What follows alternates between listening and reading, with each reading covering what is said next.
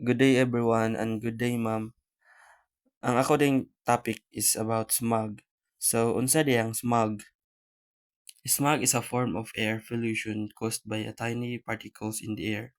It is a hazy mixture of heavily polluted air that can form in cities due to the emissions of sulfur dioxide and aerosols from the burning of fossil fuels, primarily coal and oil. It is generally formed in winter under calm, stable and moist conditions.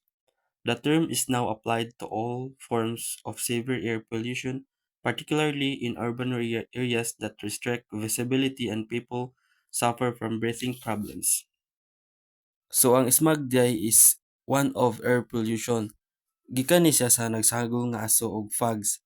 Mahimo lang niya ang smog kung ang mga aso sa mga sakinan, mga factories o kanang gipang sunog nga mga basura. Dangerous ni siya sa health, especially sa mga tao nga naay asthma or lung problems. Delikado ni sa mga tigwang ug mga bata. Kasagara gid ang smog kay sa city kanang daghan nga mga sakyanan og pollution ug daghan nga mga factories. Naay duha ka types of smog, classical or industrial smog and photochemical smog. So, una ta sa classical or industrial smog. So what is industrial smog? Industrial smog, classic smog forms in areas with high water vapor and high levels of sulfur emissions, usually from burning coal. Sulfur particles dissolve into water droplets to form sulfuric acid in the atmosphere, while coal soot darkens the skies. This types of smog is most commonly associated with London and is also referred as London smog or sulfurous smog and causes dark brownish color of atmosphere. The main constituent of London type smog is soot and it also contains large quantities of fly ash, sulfur dioxide, sodium chloride, and calcium sulfate particles. So kaning industrial smog usually forms gikan sa pagsunog sa mga uling sa mga factories. Nabuo ang kaning industrial smog kung mag-uban-uban ang aso, alikabok og sulfur dioxide combined with cold and humid air. Kani nga type of smog is commonly makita sa area nga daghan industries especially during the winter season. Makakos ni siya og lung disease and breathing problems. Kini nga type of smog is kasagara ni kunik sa London maong gitawag siya og London smog or sulfurous smog. Mao ning example nga picture sa industrial smog, mga factories. Next is photochemical smog. Photochemical smog, it is the haze created when sunlight reacts with primary pollutants like nitrogen oxides and volatile organic compounds that can be found in fossil fuel emission from automobiles, factories, and power plants. This reaction creates secondary pollutants and are characterized by high concentrations of a large variety of pollutants, such as nitrogen oxides, hydrocarbons, aldehydes, and other materials that are eye irritants, and sometimes sulfuric acid as well. Photochemical smog is a problem in large cities around the world and is best exemplified by cities like Los Angeles, Mexico City, and etc. So kaning photochemical smog is forms in sunny and warm cities. Ug kani pud siya ang photochemical smog is kung ang kahayag sa adlaw maigo sa mga primary pollutants like nitrogen oxides kasagara pod gikan gyud ni sa aso sa mga sakinan sa mga factories og sa power plants. Kaning photochemical smog is kasagara gid nga problema sa mga dagko nga city kanang daghang sakinan og factories. Mao gitawag ni siya og LA type smog kay didto siya sa una nahitabo sa Los Angeles, Mexico City nga dako nga city. So mao ning example nga picture sa photochemical smog na sa dako nga city. So mao ning smog types. Industrial smog, known sometimes as London smog, more grayish in color, This sulfurous smog is mostly from the burning of coal or oil at large power plants. Sulfur oxides and particulates combine under certain conditions to make it. So, ang photochemical smog, known sometimes as LA type smog, more brownish in color. Solar radiation plays a big part in these types of smog. Reactions involve nitrogen oxides and organic compounds like hydrocarbons. This is directly related to automobile use.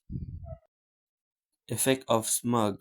The major constituents of smog, with the exception of carbon dioxide, are powerful poisons.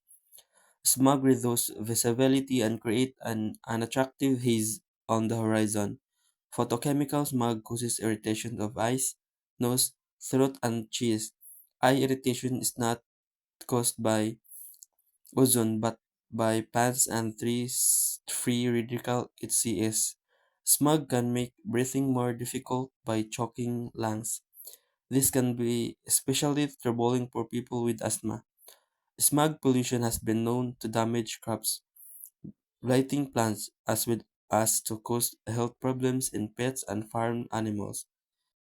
Smog has also been known to cause corrosive damage to buildings and vehicles. The effects of smog is breathing problems, especially for children and elderly. Samot na itong tao nga nay sakit sa lungs o katong gipang ubo, nga nay mga ubo. Masinghot nila ang smog, isod sila og ginhawa. Sunod is eye and throat irritation. So, ang smog yun is makadaot yun siya sa mata kay tungod sa ang smog kay naisagol nga makadaot nga chemical o makahubag dili sa tuntunan. Sunod is reduced visibility. So, ang smog mo is makatabon siya sa kahayag sa dalan ba kay tungod kay ang smog kay kuan kanang itom or kanang gray. Gray na siya pagka-color nga gray ba niya makatabon sa pananaw sa mga tao sa dalan. Sunod is damage to plants and buildings. So makadamage na siya kay ang smog is na siya ginadala nga harmful chemicals. Makadaot sa tanom kay ang chemical nga gidadala sa smog is masulod sa dahon tapos madaot ang plants. Sa buildings food, ang mga acid gas para sa sulfur dioxide and nitrogen dioxide is kung masagol ni sila sa ulan, unya ang ulan mahimo og acid rain. So ang kaning acid rain makadaot sa metals, mga semento og sa pintal. Mao'y hinungdan sa pagkaguba sa buildings, mga structures, pagka-iris sa mga pintal. Last is smog remedies. Conserve energy at home, at work, everywhere. Magtipid gyud ta og kuryente o gasolina kay nakatabang man siya sa pagbawas bitaw sa mga aso sa power plants nga nagdulot og pollution. Next is look for the Energy Star label when buying home or office equipment. Kaning product nga na mga Energy Star label is mas tipid bitaw ni sila sa energy banto gamay ra ilang pollution nga nabuhat. Next is carpool, use public transportation, bike or walk whatever possible. Kung gamay ra ang sakinan sa dalan sa city, gamay ra pud ang aso og mas limpyo ang hangin.